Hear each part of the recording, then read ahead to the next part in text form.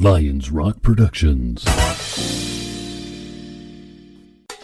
This is Jay Moore. This is Greg Cruz. This is Bryce Vine. This is Dexter from The Offspring. This is Nathan This East. is Sebastian Younger. This is Daryl This is Stuart Copeland. This is Mick Gillette. This is Andy Summit. This is Dr. Bob Greenberg. This is Gabby Reese. This is Rob Bell. Hey, this is John Leon Guerrero. Hey, and this is Pete A. Turner.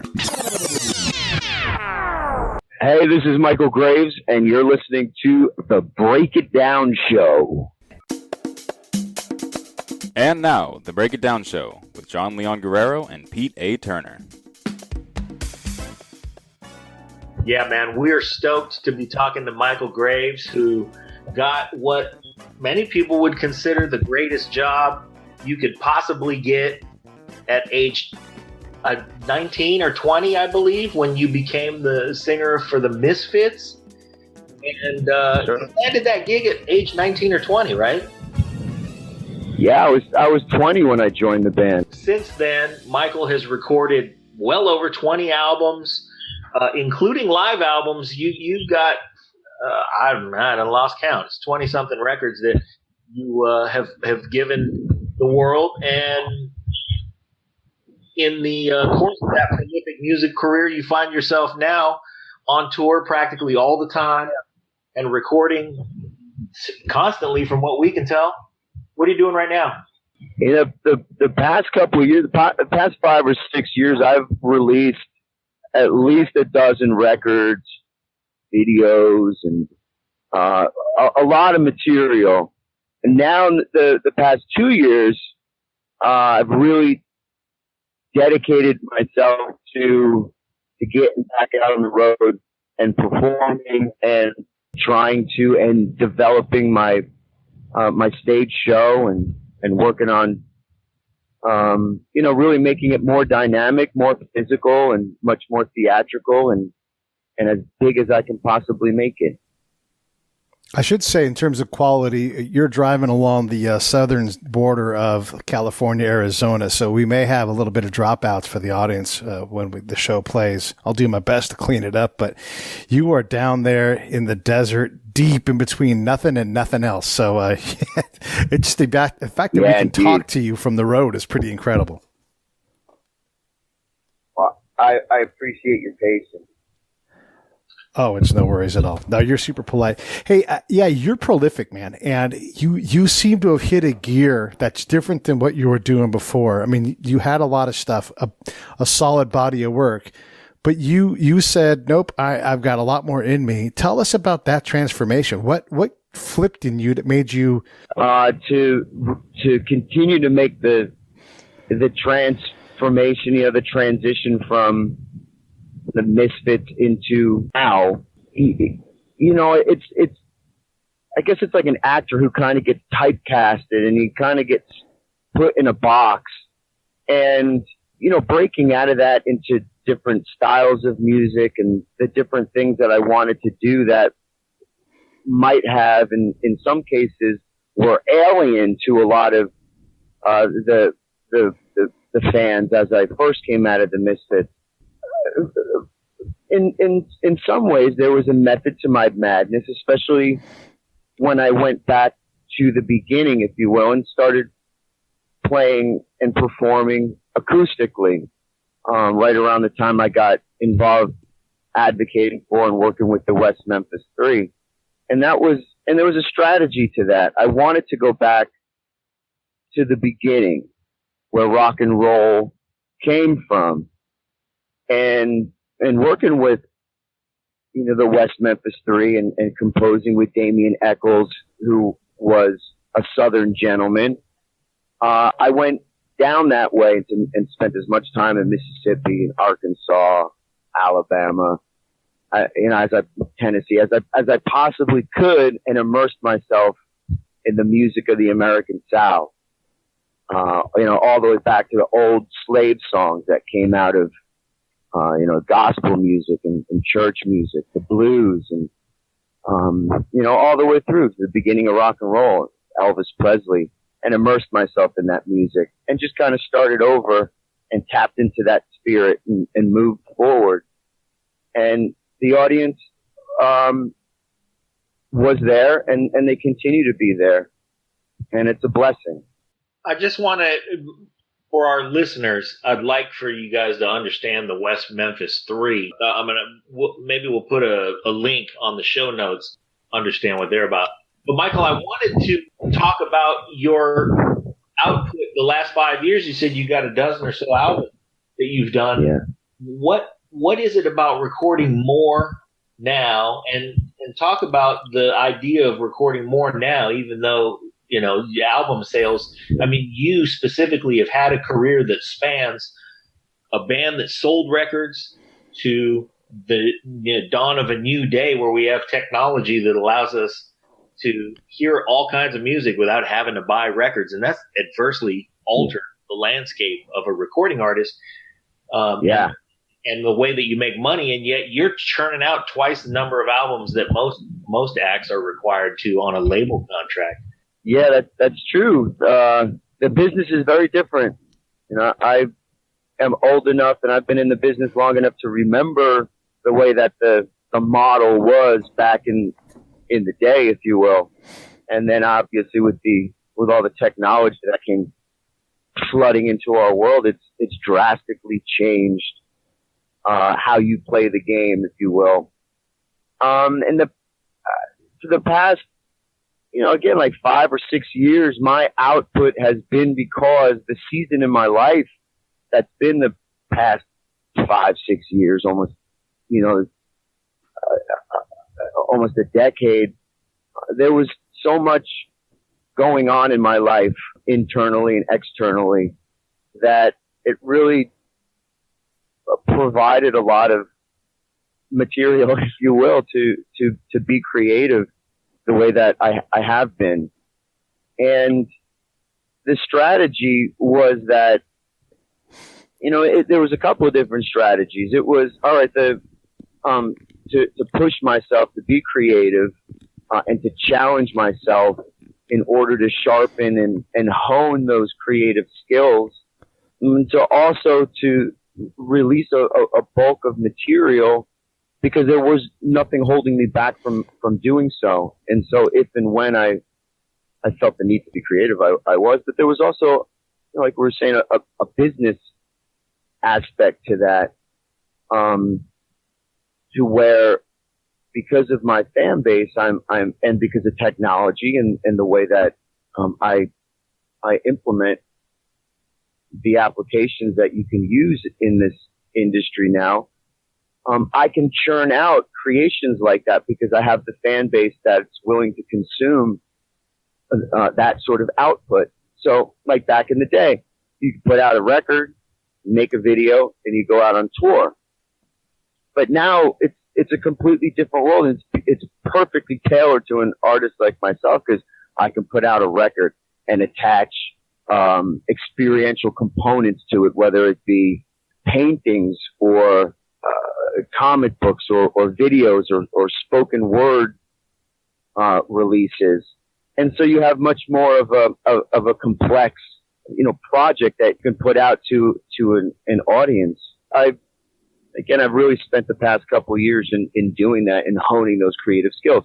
And now I'm making the pivot over to honing, you know, my performance skills and getting out there and meeting people and shaking people's hands and looking them in their eyes, performing for them and celebrating and with them and talking about all of these different releases and the music that I've put out to prepare for what I want to do and the plans that I have for the future. When you talk about your plans for the future and you look back over your significant transformation from the Misfits days to where you're at now, the freedom that you have, what I don't want to say limits, but what corrals your freedom so that you're going in a direction that makes sense to you artistically? Or do you have any kind of gate at all? Are you not worried about that in this point in your career? You know, the only thing that holds me back from creativity is just having the capital to fund the projects that I have in my mind. However, I have great faith in my destiny and my future, and I know that those things are coming. I absolutely know that those things are coming. So in the meantime, you know, the world is working on me, preparing me for when I when I do get to that point in my career.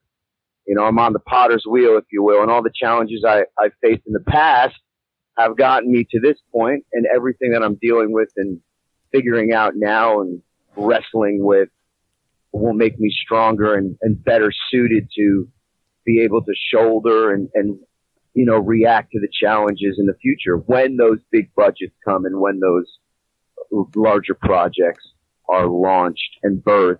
You know, this is what I love, man, is that everybody understands pretty much that music is a young man's game, and that there are, you know, there's angst in a young man's voice that communicates well, especially in what you've made a living doing. But you're at an age now where you can still fucking rock, and you have something to say that's got some life experience behind it, and that is of some consequence. That you're deciding to turn up the gas now on output and give your fans as much as they can handle is, man, it's a blessing. It's a tremendous example, and you are a motherfucker for it, man. Thank you so much. That's not a question. Thank you. Thank you. All right. Hallelujah. I wanted to make that a question, but it just turns out all right. Get that off. That's a beautiful statement.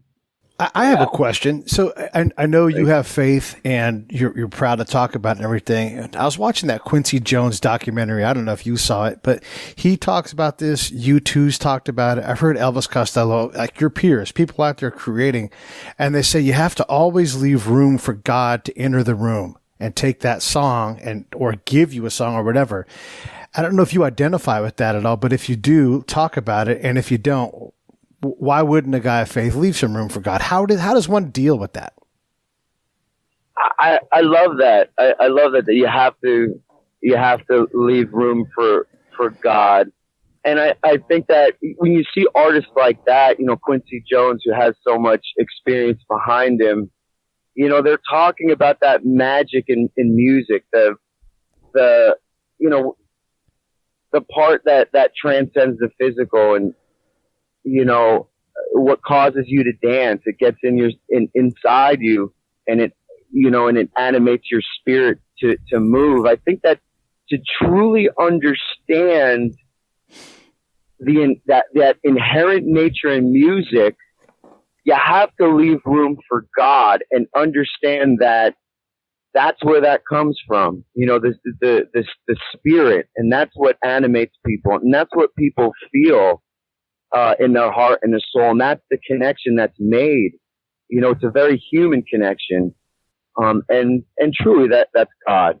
And I keep God first place, and I leave as much room for him as I possibly can. What does that mean on a practical level when you're recording? I mean, when you're, you know, writing and recording songs, I know it's probably something that is, however many thousand songs you've written by now, is not something that you consciously do. It's just something that is a part of your process that's inherent to how you've grown as an artist. But on a practical level, what does it mean to make room? Because I don't think that it's just that you're making room for God's statement or message or whatever, but there's something about the magic of music where you leave room for the divine. How would you practically describe leaving room? Well, I'm a believer, so again, God's first place in my life. And for me personally, you know, by using my talents and honing my talents and focusing my talents, you know, and I'm in the studio and I'm recording and I'm putting something down, or I'm performing, or if I'm just making demos, all things filtered through God, right? So by using my talents and being pure with it, and, you know, not for selfish reasons, if you will, that allows God's blessings to come in, and that unleashes his power. And then, you know, again, by just being true to the creations that I make, and just reflect that my experiences and my compositions are going to reach out and help people is the hope. And so, I mean, there's nothing that you can practically do. You know, there's no button you can press that makes that happen. But having that faith and doing those things and just having that goodness in my heart, that in my, that transfers out to, to other people. And again, for me and my faith, I ask God to, please God, give me the words, give me the clarity, and give me the ability to communicate and have words and have music to glorify you, God. And I have faith. Method, it's lean back and tell the truth. That's it. Yeah, it boils down to that. It's just truth. Being truthful with yourself, being truthful with your experience. Yeah, and not doing it just to, making music or just for the attention part or, again, intention's everything. Intention is everything. When it comes to intention then, and you're going to get out there in the studio, I'm looking for, when you're prolific like you are right now and you're in the zone, I guess my novice question is, my layman question is how do you know when you're putting out too much and your quality gate is just too wide open, or are you when it's just a stage of like, I just can't ride them fast enough, like there's so much music in me right now? Is it what do you worry about the quality? Because a lot of people are like, they don't release anything because they're so worried about perfection. Kind of help me understand where you're at with that. Yeah. I'll be honest with you. I listen to a lot of the stuff that I release, and I could be critical all day long. The drums drive me crazy. The sounds of this drive me crazy. I wish there was an edit here. There's constantly things that I want to change. When I listen to it with that critical ear, like I have created in the past, few years, like you said, there comes a point where in order to reach those goals and hit my deadlines, I have to be willing to just say, all right, that's it. That's the best that it's going to be. We have to move on. And not that it's good enough, but I look at it like that's what was inspired at that point in time. And that's what it's going to have to be. And having confidence in my abilities and the people that I'm working with. You can't get stuck in let me do it like this and let me polish it over here. It's the old saying, a good song is a good song. Yeah. If you record it on a little recorder or you record it at Sun Studios, it's going to transfer that message, that spirit that's needed. And so, yeah. And then there's always, and again, one of the beautiful things about having the liberty that I have, because I'm in control of everything that I do, is the ability to then, I have this huge body of music. I can always go back one day and sit at Sun Studios and have the time to really hone in and bring these songs out the way that perhaps they can be. I get the message, Pete. This is Michael. This is Pete sending me a message. This is Pete saying, hey, you love Michale Graves. I'm going to get him to tell you need to quit being so dang precious with everything. Because he and I arm wrestle over this all the time. I'm like, no, man, that show's not ready. You got to go back to the editing, boot up some of that stuff to try and get that noise out of there. And he's like, look, man, the noise is just part of what was going on while we were having this meaningful debate. Let it go. And I'm like, no, let it. So I don't know if it was subconscious or if it was conscious.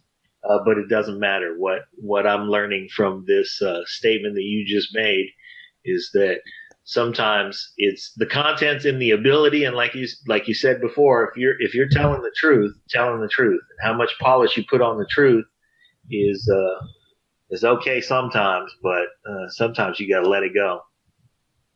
Yeah, sometimes you just have to go in and record.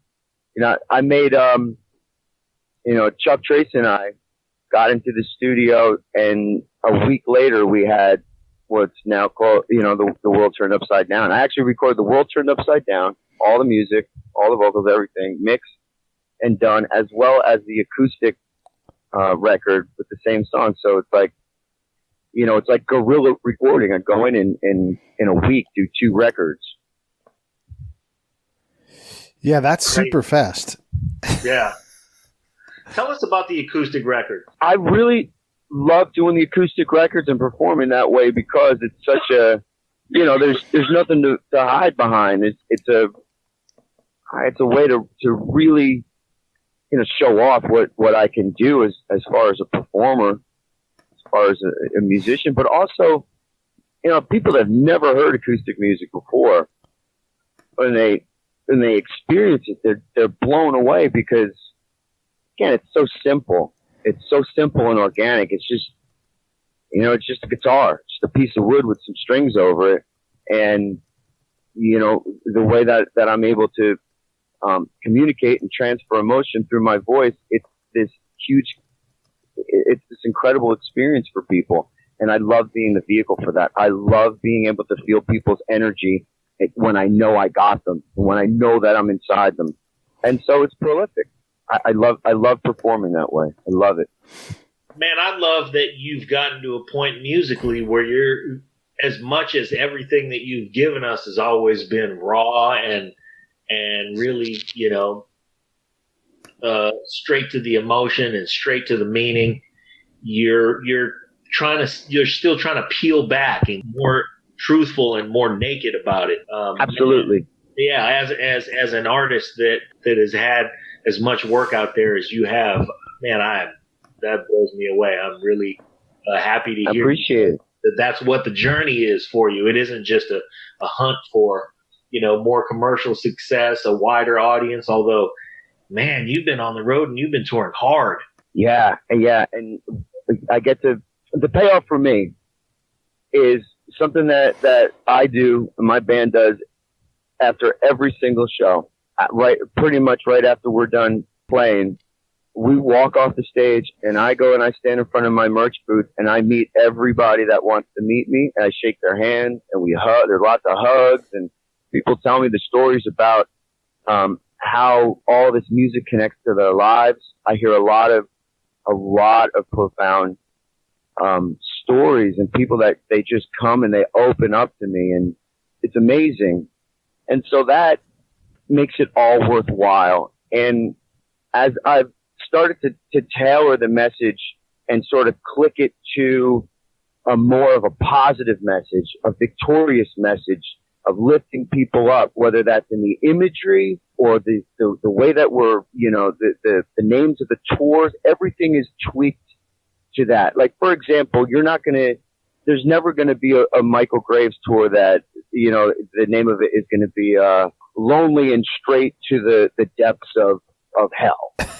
Not because it's a reference to hell, but because the people respond to our positivity. People respond to that. Let's just come out and see us and have a good time and party with us. And so once we tweak that message and we're positive, it's a message of victory and uplifting people, and it's changed everything. And people respond to that instead of the opposite where it's, oh, boo-hoo me, everything sucks, this world is broken. And it's the opposite of that. No, I can appreciate that. By the way, if you guys want to check out Michael's tour dates coming up, he's going to be all over Europe. And listen, I know there's a lot of Break It Down show fans in Europe, so Michael will be coming to your area soon. So official michaelgraves.com, everything's there. You can buy merch, you can check out what albums are out there, and there's a lot of great stuff. Indeed. For sure. And really seriously, like if you think Michale Graves is the Misfits guy, he is. But he's also so much more, and it's a real depth to your lyrics. And I'm wondering, well, first off, let's just understand, you definitely have a U2 influence, which sings to my heart because U2 sings to me. But like when I watch the video for I Can Feel Heaven, I see a lot of Joshua Tree era U2 in that song and everything. Yes. Okay, I'm going to shut up and let you talk about that. Well, it's amazing that you see that because the Joshua Tree was definitely a record that I love. It's certainly one of my favorite records, and also being a fan of the band during that time, there was a real transformation in the band's music and just for them as well, as they were really starting to gain popularity and they came over to America and they were really digging into what America was and touring in the American South. And there was just like this epiphany. It seemed that it opened up their eyes in such an amazing way to America and to the spirit of America and the songs and the art and the culture. And that just flooded into what those guys were doing, and it propelled them forward. And, you know, I related to it, and I loved hearing and seeing Bono talk about his faith and how it influenced his music, and how he balanced, you know, faith with family and keeping the band together, and just all those elements of that time were intriguing to me. And I was a young man as well with all sorts of rock and roll dreams. So it really spoke to me. I love that record. Yeah, I want to say that you are right now as we record this, because this is going to be our Halloween episode. I think it's only natural that you provide our Halloween episode. But right now you're on the road on the way to Club Red in Mesa, Arizona. By the time we post this, the Green Room in Flagstaff, the Beauty Bar in Las Vegas, the Ice House in Murray, Utah. The information on all your tour dates is on your website, like Pete said, officialmichaelgraves.com. But you'll be, as we record this, just about to play Herman's Hideaway in Denver, Colorado. But everybody, you can get tickets right on the website. Go to Michael Graves, officialmichaelgraves.com, and click on the tour dates button. When Joshua Tree came out, you must have been like right in the beginning of your high school career. Is that right? Yeah. Yep. I'm 42. So yeah, right before high school.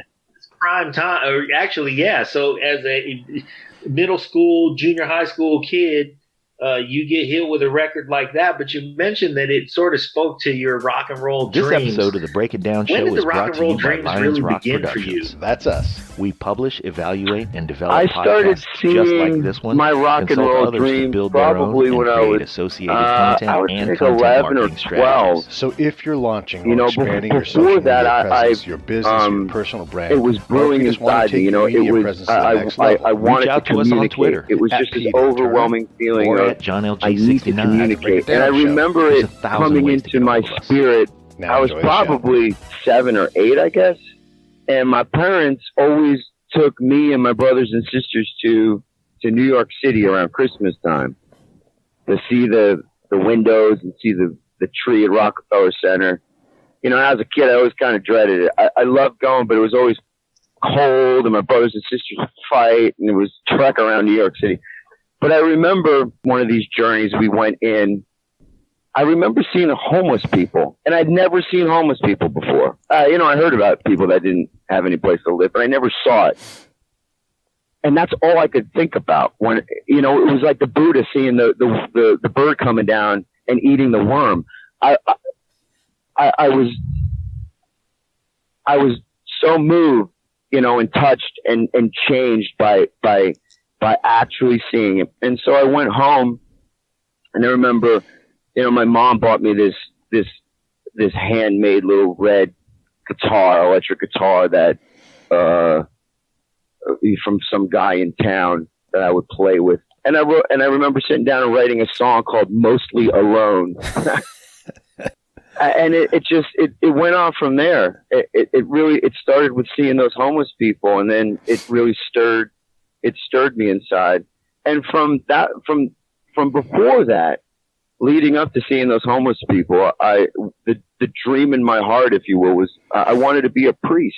I wanted to be a pastor. You know, I wanted to be a man of God, and you know, go out and travel the world and talk to people about God. But yeah, that day in New York City, a totally different dream came into my heart. That's amazing. That just points to the importance for the parents out there and among our listeners who take your kids out, man. Just take them out and be with them in the world. Take them out. That's and show true, them man. Every day, because everybody's going to. That's true. And you never know what it is that's going to touch, you know, your soul and propel you in a direction or inspire some behavior in you. Yeah, that's true. You know, I've never told this story before. Probably I've spoken to my parents about it, but I remember as a young man, right around that time as well, my mom and dad. My father was a Navy guy, so he loved the beach.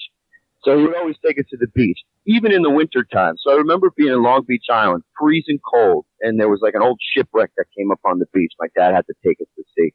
I was building something on the beach, and I overheard my mom and dad talking about me. And I heard my mom say to my father, "We never have to worry about this one. He's going to grow up and be an artist." And that stuck with, that gave me more courage and confidence than I could ever explain. And I was very, very young. And I that just, again, as well transformed me. So yeah, the message to all the parents, our children, I have 3 children. Our children are always listening to us. It's little things like that. You never know when you're going to inspire and change their life. Yeah, that's fantastic. Let's talk a little bit about that inspiration and that artist in you, because when going way back to when you first got together with the Misfits and as a band, you were saying on one of the other interviews, there's so many interviews, you guys should really go out and check. And we're kind of purposely taking Michael in a different direction because there is so much stuff out there already. When you say I don't tell this story very often, I love that. But you talk about how you became the songwriter. This is an established band with pros already in it. You're this young kid. Yeah. What about your talents? Yeah. I mean, they recognized it. They didn't have to do that. Tell us about how, like, that's somebody else realizing your gift beyond you. Of course, you think you can do it because what an 18-year-old kid doesn't think. But talk a little bit about your realization of what it meant to have your peers acknowledge your gift. I have to attribute a lot of that part of my life and me being lifted up, to everybody in that band, but especially Doyle and Chud in the beginning. Once I was brought into the band, Doyle was very, very protective of me, and Chud was very nurturing, if you will, to helping me craft songs and keep my mind right. Chud would always say, "Listen, all these people are going to be asking you 100 questions, and you don't say anything until you're 100% certain you know what you want to say." And we used to laugh, and we used to say, like Bob Dylan says, you have to know your song well before you start singing. And so those guys, Doyle and Jerry, Doyle and Chud especially, really saw that I was able to write solid songs, and like I said, I was confident in my abilities and what I could do, but to have those guys, to have Doyle and Chud, and Jerry at times, but to have those guys really recognize that talent, really drove home that, hey, I am good. I think I can do this.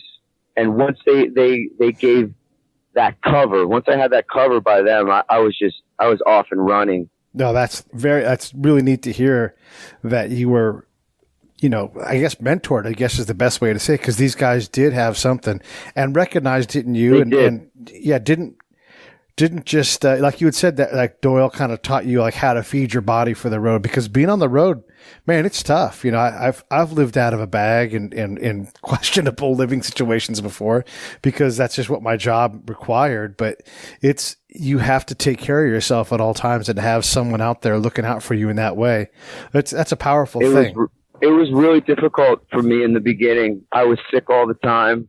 I was the skinny dude. I was burning, hundreds upon hundreds of calories a night. It was rough. When we were in the States, I'd have oxygen tank. I would need oxygen after the show. Damn. It was rough. And all the way through, every time I was broken and beaten, Doyle would be there or Chud would be there, and they would get me on my feet, and they would make me stand on my feet and never allow me to give up, and never allow, the pain and what was coming on me to overtake me. And it was always, we're going to get him tomorrow. That is so good. Mm-hmm. That is so good. To hear veteran musicians in a band like Misfits recognize a young talent and give it room and nurture the talent and allow you the space to grow and the responsibility was, first of all, some tremendous foresight, and second of all was the right move to allow you to develop as an artist in the long term. I feel like I've been spending this episode, and hit me on the back of the head if I have, Pete, but spending this entire episode washing everybody's balls, but this is such a great story, man. It's really inspiring to see that the band was able to see that in you and to give you the room for it and to let it happen. And that you took the reins and said, all right, I got it. Put it on my back. Well, let's go. Absolutely. What are the questions? So we do a thing called an album fight, and this is this crazy format. And if you ever want to do one, of course, you're invited. But we take two different pieces of work, two different albums. We'll say we've done Joshua Tree, and it's got, I think, 11 tracks. And then you put it up against something else. We did Octoon Baby and put it up against Nirvana Nevermind. So round one is track one versus track one, track two versus track two. And you evaluate each round and you judge it, right? And what we're learning about in doing these things is that the depth of the lyrics often matters, unless the song's a groove-based song. Yeah. And then the words are subservient to the groove. But we also, and so in the Octoon Baby versus Nevermind, we had Kurt Cobain's kind of junior, unseasoned lyrics that were oftentimes, frankly, not that great versus an established master band and master wordsmith. And as great as Nirvana is, it didn't hold up. What are your thoughts in terms of your ability to put together songs? Are you still getting better? Is it hard to find the place where the magic happens? Are you better but less likely to hit? Because it is harder as you get older and people become familiar with your work for you to find exit velocity on songs where people are like, this song is incredible. Talk a little bit about how you see that. I think I'm just getting started. Nice. I really think that I have improved and I continue to improve my writing skills. I can't wait to get back into that sort of phase again in the whole cycle of things. Mm-hmm. I believe it goes individually by artists. For myself, and I can really only speak for myself. Right. As life seasons me and as I continue on this crazy journey that I'm on, I'm continually inspired by all things. And so I know, and I feel inside me all of the, that material that I know will eventually come out through song. Yeah, I'm way confident that I'm just really just getting going. So, I'm working all the time, right? Yeah. And I think that, that's kind of, like what you got to do when I talk to younger artists who ask about, that the creativity part of it. I always say it's like a muscle, and if you don't work out a muscle or you just, you forget about it, atrophy sets in and the muscle gets weaker. It gets less and less. And then as you get older, different, just life itself kind of has its way of fogging everything up if you don't concentrate or work on it. So it's simple. It's like anything else. If you exercise that muscle and you really focus on it, it improves. I got 1.5 miles till I get to a checkpoint here. Yeah, we're about done. Let's close up by saying, everybody, this has been a great conversation, very inspiring. I hope our listeners are catching all of your throwing down because you're putting a lot of great stuff on us. And I want to point everyone once again to Michael's website and go look at tour dates. Go look at all the stuff on there. Great content. It's officialmichaelgraves.com. Michael Graves is on the road. Go check him out. Hey, man, this is a great show. We appreciate you being on. We love you, and we're big fans. Hey, thank you so much. Thank you very much. Love all you too. God bless you and your listeners.